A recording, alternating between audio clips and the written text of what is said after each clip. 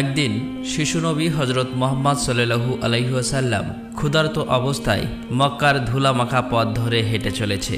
কিছুটা দূরে ছিল আবু জাহেলের খেজুর বাগান।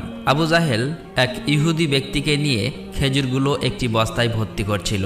শিশু নবী মুহাম্মদ সাল্লাল্লাহু আলাইহি ওয়াসাল্লাম তখন ক্ষুধার্ত ছিল, তাই ক্ষুধা নিবারণের জন্য দুটি খেজুরের আশায় আবু জাহেলের খেজুর বাগানের দিকে যেতে লাগলো। শিশু নবী মুহাম্মদ সাল্লাল্লাহু আলাইহি ওয়াসাল্লাম ধীরে ধীরে সেই খেজুর বাগানে হাজির হলেন এবং আবু জাহেলকে সালাম দিয়ে বিনয়ের সঙ্গে বললেন, চাচা যান, আমার খুব ক্ষুধা পেয়েছে, আমাকে দুটি খেজুর দিতে পারবেন? তখন আবু জাহেল তাচ্ছিল্য ভরা চোখে তাকিয়ে বলল, হে মোহাম্মদ, তোমাকে খেজুর দিতে পারি, কিন্তু একটি শর্ত আছে। ওই যে ব্যক্তিটি দাঁড়িয়ে আছে তার কাছে বস্তা আছে, ওইগুলো তুমি মাথায় করে নিয়ে আমার বাড়িতে দিয়ে আসো, তাহলে তুমি খেজুর পাবে। তখন শিশু নবী সাথে সাথে ওই ইহুদি ব্যক্তির কাছে চলে গেলেন। ইহুদি লোকটি তাকে অবাক হয়ে দেখে বললেন, হে বালক মোহাম্মদ, তুমি কি জন্য এসেছো? শিশু নবী মুহাম্মদ সাল্লাল্লাহু আলাইহি ওয়াসাল্লাম বললেন, আমি এই বস্তা মাথায় করে নিয়ে যাব। ইহুদি ব্যক্তিটি বললেন, এই ছোট্ট বয়সে তুমি কি এই বস্তায় নিয়ে যেতে পারবে? শিশু নবী বললেন, নিশ্চয়ই পারবো। অতঃপর শিশু মুহাম্মদ সাল্লাল্লাহু আলাইহি ওয়াসাল্লাম ধুলিমাখা শরীরে মাথায় বিশাল বস্তা নিয়ে হেঁটে চললেন। ছোট্ট ছোট্ট পা, ক্লান্ত দেহ, কিন্তু চেহারায় এক অপার্থিব শান্তি। এবং তার পিছু চলেছে আবু জাহেল এবং সেই ইহুদি ব্যক্তি। কিছুক্ষণ পর সেই বস্তা আবু জাহেলের বাড়ির সামনে এসে রাখলেন। তখন ইহুদি ব্যক্তি এই বস্তা নিয়ে বাড়ির ভিতরের কোণে রেখে দিলেন। তারপর শিশু নবী হজরত মুহাম্মদ সাল্লাল্লাহু আলাইহি ওয়াসাল্লাম বললেন, চাচা যান, আমাকে খেজুর দেবেন না? তখন আবু জাহেল মাত্র একটি খেজুর দিলেন। তখন শিশু নবী হজরত মুহাম্মদ সাল্লাল্লাহু আলাইহি ওয়াসাল্লাম বললেন, চাচা যান, আর একটি খেজুর দেবেন না? এই নির্দোষ চাওয়াই যেন আবু জাহেলের আগুনে ঘি ঢেলে দিল। সে রেগে গিয়ে হঠাৎ করে একটি প্রচণ্ড থাপ্পড় মারল শিশু মুহাম্মদ সাল্লাল্লাহু আলাইহি ওয়াসাল্লামের গালে। সঙ্গে সঙ্গে সূর্য যেন হঠাৎ ডুবে গেল, আকাশ কেঁদে উঠল, বাতাস স্তব্ধ হয়ে গেল, পাহাড় পর্বত যেন অশ্রু ঝরালো। যে একটি নিষ্পাপ শিশুর উপর এমন অন্যায়, নিষ্ঠুর আবু জাহেল হাসতে হাসতে ঘরে প্রবেশ করল। ঠিক তখনই ঘটল এক অলৌকিক ঘটনা। খেজুর ভর্তি বস্তার মুখ খুলতেই আবু জাহেল হতবাক হয়ে গেলেন। আবু জাহেল দেখল বস্তার সমস্ত খেজুরগুলো ছোট ছোট পাথর হয়ে গেছে। চোখের সামনে এমন অলৌকিক ঘটনা দেখার পর সেই ইহুদি বিস্ময়ে হতবাক হয়ে গেল। এই দৃশ্য দেখে সেই ইহুদি ব্যক্তি থমকে দাঁড়ালেন।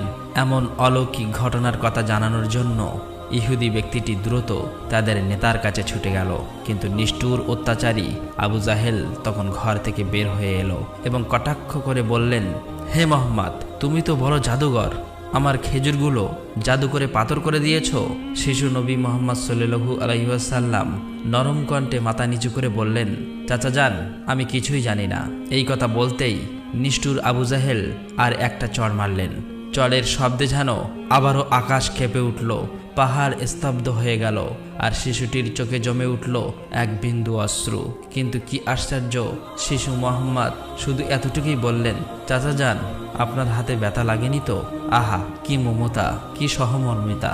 নিজে চড় খেলেন, অথচ চিন্তা করলেন চড় মারা মানুষের ব্যথার কথা। অতঃপর শিশু নবী সেই ব্যথা আর অপমানের বোঝা নিয়ে বাড়ি ফিরলেন না। চুপচাপ চলে গেলেন পাহাড়ের কিনারায়, শুধু নিঃশব্দে দাঁড়িয়ে রইলেন। এই ঘটনা দেখে গাছগুলো, পাহাড়গুলো বলতে লাগলো, আহ আফসোস, যাকে না সৃষ্টি করলে এই জমিন, এই আসমান, এই পৃথিবী কিছুই সৃষ্টি হতো না। সেই মহান নবী আজ ক্ষুধার্ত, অপমানিত, অবহেলিত। কিন্তু তবুও পাষাণ্ড আবু জাহেলের হৃদয় এতটুকুও কাঁপল না, এক বিন্দু অনুতাপও তার চোখে এলো না। এদিকে সেই ইহুদি ব্যক্তিটি তাদের নেতার কাছে এসে বলল, আজ এমন এক ঘটনা দেখেছি যা কল্পনাকেও হার মানায়। আব্দুল্লাহর পুত্র শিশু মুহাম্মাদের এমন ক্ষমতা আছে যা দুনিয়ার কারণেই। তাকে একটা চড় মারলে খেজুর সব পাথর হয়ে যায়। আচ্ছা, আপনি কি বলতে পারবেন এটা কি জাদু না অলৌকিক ক্ষমতা? তখন তাদের নেতা বললেন, আমরাও শুনেছি আমাদের ধর্মগ্রন্থ নাকি মুহাম্মাদের নাম আছে, সে হবে শ্রেষ্ঠ নবী এবং শেষ নবী। তবে তিনি কি এই মুহাম্মদ, এটা জানার জন্য আমাদের ধর্মগুরুর সান্নিধ্য প্রয়োজন। যদি এটা সত্য হয় তবে তাকে আমরা বাঁচাতে দেব না, এই পৃথিবী থেকে সরিয়ে দেব। তোমরাও যাও, আমাদের ধর্মগুরুর কানে এটি পৌঁছে দাও। তখন সেই ইহুদি ব্যক্তিটি আবারও আবু জাহেলের বাড়ির দিকে রওনা হলেন। যেতে যেতে সেই খেজুর বাগানের কাছে উপস্থিত হয়ে দেখলেন সমস্ত খেজুর গাছের খেজুর নেই, সব একেবারে পাথর হয়ে গেছে। এটা দেখে সেই ইহুদি ব্যক্তিটি হতভম্ব হয়ে গেলেন। তিনি আর এক মুহূর্ত দাঁড়ালেন না, খুব দ্রুত আবু জাহেলের বাড়ির দিকে রওনা হলেন। আবু জাহেলের বাড়িতে এসে বললেন, ভাই, আপনার খেজুর বাগানের সমস্ত খেজুরগুলো তো পাথরে পরিণত হয়ে গেছে। এখন এটাকে যদি ফিরিয়ে আনতে না পারেন তাহলে অনেক টাকা ক্ষতি হয়ে যাবে। এটাকে ফেরানোর একমাত্র পথ হলো শিশু মুহাম্মাদের কাছে ক্ষমা চাওয়া। কিন্তু আবু জাহেল ক্ষমা চাওয়ার পাত্র ছিল না। সে ছিল নিষ্ঠুর এবং অতি চালাক। তাই সে চালাকি করেই বলল, ঠিক আছে, চলো আমরা মুহাম্মাদের বাড়িতে গিয়ে দেখি। এই বলে তারা শিশু মুহাম্মদ সাল্লাল্লাহু আলাইহি ওয়াসাল্লামের বাড়ির দিকে রওনা হলেন। শিশু মুহাম্মদ সাল্লাল্লাহু আলাইহি ওয়াসাল্লাম থাকতেন চাচা আবু তালেবের সঙ্গে। চাচা আবু তালেব তখন ঘরে একা। কিছুক্ষণের মধ্যেই আবু জাহেল এসে হাজির হয়ে বললেন, হে আবু তালেব, শিশু মুহাম্মদ কোথা থেকে এমন জাদু শিখেছে? সে তো বড় জাদুঘর। সে আমার খেজুরগুলো সব পাথর করে দিয়েছে। কোথায় গিয়েছে তুমি কি খবর রাখো? তাকে তো খুঁজে পাওয়া যাচ্ছে না। দেখো কোন পাহাড়ের কিনারায় জঙ্গলের বাঘ ভাল্লুকে খেয়ে নিয়েছে কিনা। এই কথা শোনা মাত্রই চাচা আবু তালেব আর দেরি করলেন না, শিশু নবীকে খুঁজতে বার হলেন। এদিকে শিশু নবী হযরত মুহাম্মদ সাল্লাল্লাহু আলাইহি ওয়াসাল্লাম পাহাড়ের কিনারায় বসে কাঁদছে আর বলছে, আজ যদি আমার মা বাবা বেঁচে থাকতো আমার সাথে কেউ এরূপ ব্যবহার করতে পারত না। আমি আজ বড় একা। শিশু নবীর কান্না দেখে জঙ্গলের বাঘ ভাল্লুক হরিণ সেখানে আসলেন। সেই ব্যথায় ব্যতীত হয়ে তারাও যেন কাঁদছে আর বলছে, ইয়া রাসূলুল্লাহ, রাহমাতুল লিল আলামিন, এই চর যেন আমাদের লেগেছে। ইয়া রাসূলুল্লাহ, তুমি আর কেঁদো না, এই কান্না আমরা সহ্য করতে পারছি না। অতঃপর কিছুক্ষণের মধ্যেই চাচা আবু তালেব সেখানে হাজির হলেন। এটা দেখার পর তিনি আর কিছুই বললেন না, একেবারে অবাক হয়ে গেল। তখন চাচা আবু তালেব সান্ত্বনা দিয়ে বললেন, তোমাকে এমন কষ্ট দিল, আমি তো আছি। আমি বেঁচে থাকতে কেউ তোমাকে আঘাত করতে পারবে না। অতঃপর শিশু নবীকে নিয়ে চাচা আবু তালেব বাড়িতে চলে এলেন। সেই রাতেই চাচা আবু তালেব আবু জাহেলের বাড়িতে গিয়ে বললেন, তুমি তাকে জাদুঘর বলছো, অথচ সে তো কিছুই চায়নি। সে তো তোমার খেজুর নেয়নি, তোমার বিরুদ্ধে কিছু বলেনি। এই শিশুর চোখে যে অশ্রু ঝরেছে সেই অশ্রু একদিন পাহাড়ও গলিয়ে দেবে। এই কথা বলে তিনি সেখান থেকে চলে আসলেন। এই কথা শুনে আবু জাহেল কোনো জবাব দিল না, কারণ এই শিশুর মধ্যে এমন কিছু ছিল যা সে অনুভব করতে পারছিল কিন্তু স্বীকার করতে পারছিল না। আসলে আবু জাহেল ছিল মিথ্যাবাদী এবং অত্যাচারী। সেই রাতে মক্কার আকাশে এক উজ্জ্বল আলো দেখা গেল। সবাই ভাবল বুঝি কোনো তারা পড়েছে। ফেরেশতারা একে একে নেমে আসলো। এক ফেরেশতা আরেক ফেরেশতাকে বলল, এই শিশুর চোখে পানি দিয়ে একদিন মহা কিতাব নাজিল হবে। এই শিশু হবে শ্রেষ্ঠ মানব তথা শ্রেষ্ঠ নবী, যা সমগ্র বিশ্ববাসীর জন্য রহমত স্বরূপ। এদিকে ইহুদি কাফেররা এই অলৌকিক ঘটনা শোনার পর নবীজিকে হত্যা করার জন্য ষড়যন্ত্র লিপ্ত হয়ে যায়। কেননা তারা চেয়েছিল যে শেষ নবী তাদের বংশের মধ্যে জন্ম হোক, কিন্তু তা হয়নি। তাদের মধ্যে একজন ইহুদি তাদের ধর্মগুরুর কাছে গিয়ে সমস্ত ঘটনা খুলে বললেন। তখন তাদের ধর্মগুরু বললেন, আমি চিনেছি তাকে, সে সেই নবী যার বর্ণনা আমাদের কিতাবে আছে। তার দুটি চিহ্ন রয়েছে, একটি কাঁধে নবুয়াতের মোহর, অন্যটি তার দৃষ্টিতে রহমত। অন্য একজন প্রশ্ন করল, তাহলে আপনি কি ঈমান আনবেন? তখন তিনি চুপ করলেন, মাথা নিচু করলেন, তারপর শুধু বললেন, আমরা চেয়েছিলাম আমাদের বংশে আসুক, তাই আমরা সত্যকে অস্বীকার করব। অন্যদিকে প্রতি বছর চাচা আবু তালেব ব্যবসার উদ্দেশ্যে সিরিয়ায় সফর করতেন। সেদিনও চাচা আবু তালেব সিরিয়া সফরের উদ্দেশ্যে প্রস্তুত হচ্ছিলেন। ঠিক সেই সময় শিশু মুহাম্মদ সাল্লাল্লাহু আলাইহি ওয়াসাল্লাম এসে বললেন, চাচা যান, আপনার সঙ্গে আমিও সিরিয়ায় সফরে যাব। কিন্তু শিশু মুহাম্মদের কথা চাচা আবু তালেব ফেলতে পারলেন না। অতঃপর পরের দিন ব্যবসার উদ্দেশ্যে শিশু মুহাম্মদকে নিয়ে চাচা আবু তালেব সিরিয়া সফরের উদ্দেশ্যে রওনা হলেন।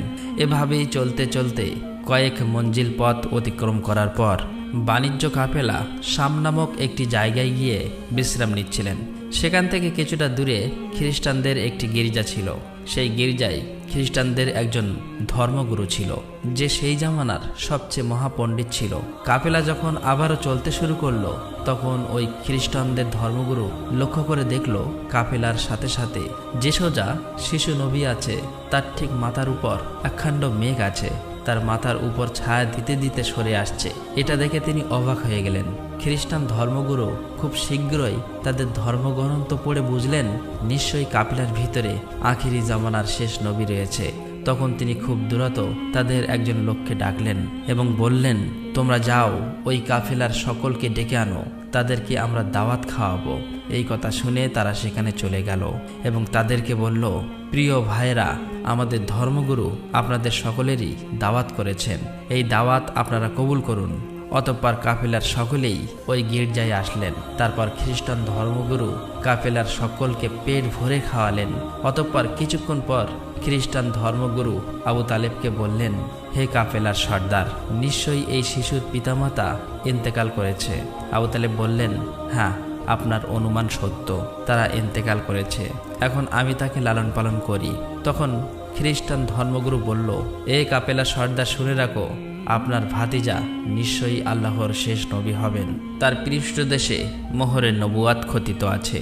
তার প্রতি তুমি খুবই সতর্ক দৃষ্টি রাখবে এবং তাকে কোথাও একা যেতে দেবেন না। কেননা ইহুদি নাসারাগণ এটা জানতে পারলে, চিনে ফেললে, তারা শিশু মোহাম্মদকে প্রাণনাশের চেষ্টা করবে, এতে কোনো সন্দেহ নেই।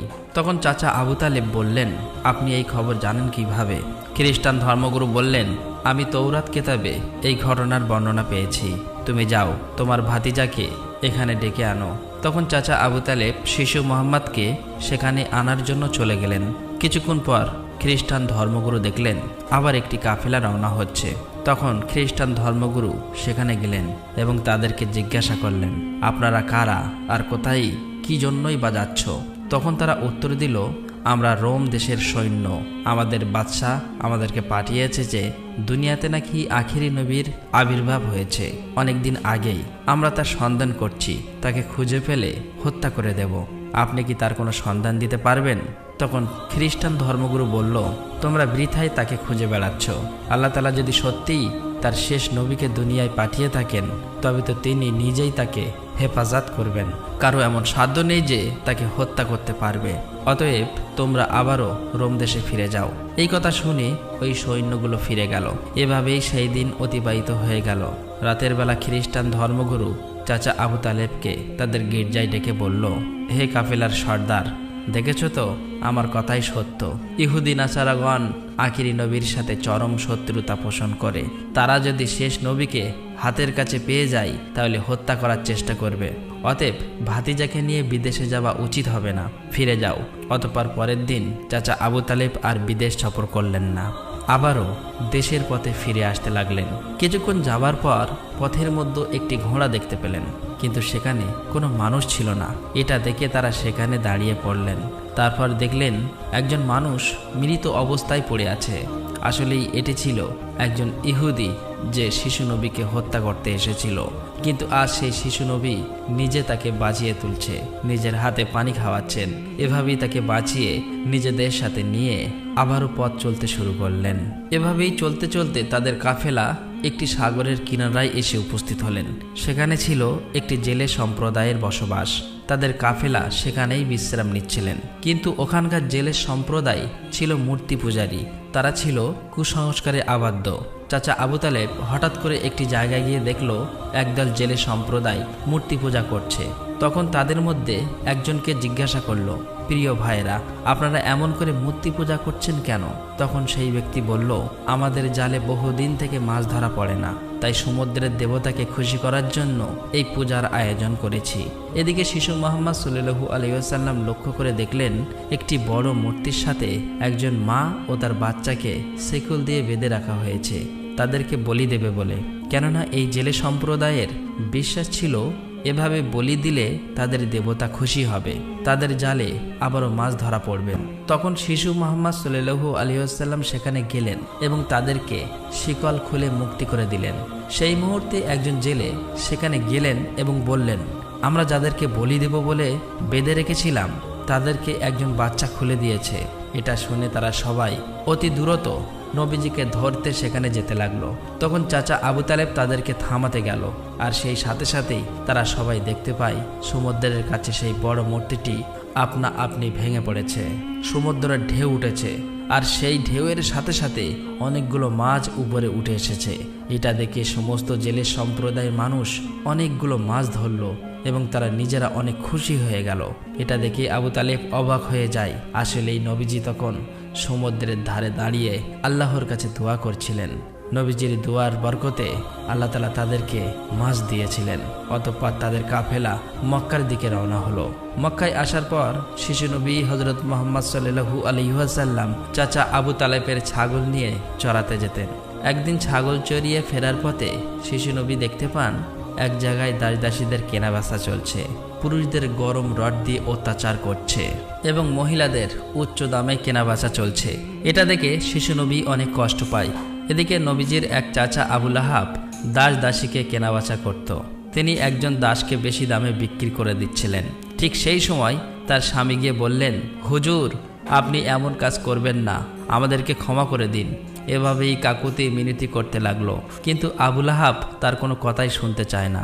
ঠিক সেই সময় আমাদের দয়ার নবী সেখানে হাজির হয় এবং চাচা আবু লাহাবকে বলে, আপনি এই মহিলাকে বিক্রি করবেন না। তখন আবু লাহাব বলে, আমি এই মহিলাকে অনেক বেশি দামে কিনেছি, আমার মূল্য পরিশোধ করে দিলে আমি তাকে ছেড়ে দেব।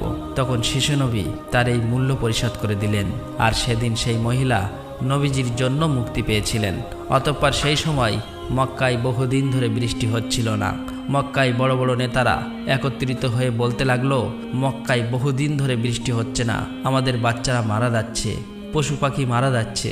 তাই আমরা সবাই মিলে কসম করছি যে আমরা সবাই কাবার কাছে আসব এবং সেখানে গিয়ে বৃষ্টি চাইব। যতক্ষণ না বৃষ্টি আসে ততক্ষণ আমরা সেখান থেকে আসব না। এই কথা বলার পর সবাই একে একে কাবার দিকে যেতে লাগলো।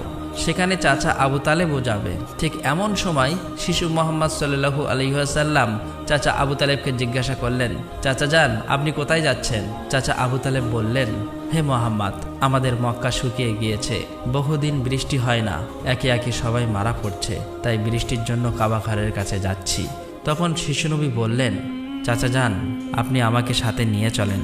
তখন চাচা আবু তালেব বললেন, হে মুহাম্মদ, তুমি এখন ছোট্ট, সেখানে মক্কার বড় বড় নেতারা থাকবে, আমি যদি তোমাকে নিয়ে যাই তাহলে সকলেই আমাকে অপমান করবে। তখন শিশু নবী বললেন, চাচা যান, আপনি আমাকে সাথে নিয়ে চলেন, তারা যদি আমাকে সেখানে থাকতে না দেয় তাহলে আমি চলে আসব। শিশু নবীর মুখে এমন কথা শোনার পর চাচা আবু তালেব তার কথা ফেলতে পারলেন না। আসলে তিনি তাকে খুবই ভালোবাসতেন, তাই তিনি তাকে নিয়ে কাবার দিকে রওনা হলেন। কিছুক্ষণ পর তারা কাবার কাছে গিয়ে হাজির হলেন। দেখলেন কাবা ঘরের কাছে মক্কার বড় বড় নেতারা হাজির হয়েছে।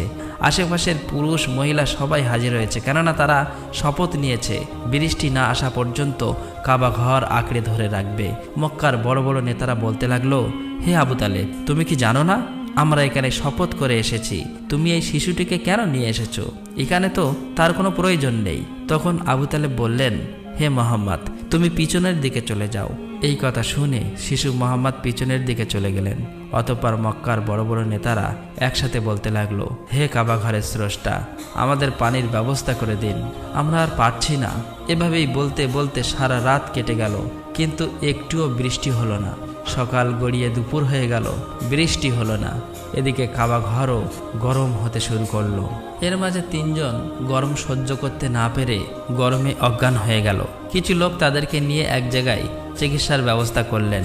এদিকে একজন চাচা আবু তালেবের পিছনে আঁকড়ে ধরলেন। চাচা আবু তালেব যখন পিছনে ফিরে তাকালেন, দেখলেন শিশু মুহাম্মদ সেখানে দাঁড়িয়ে আছে।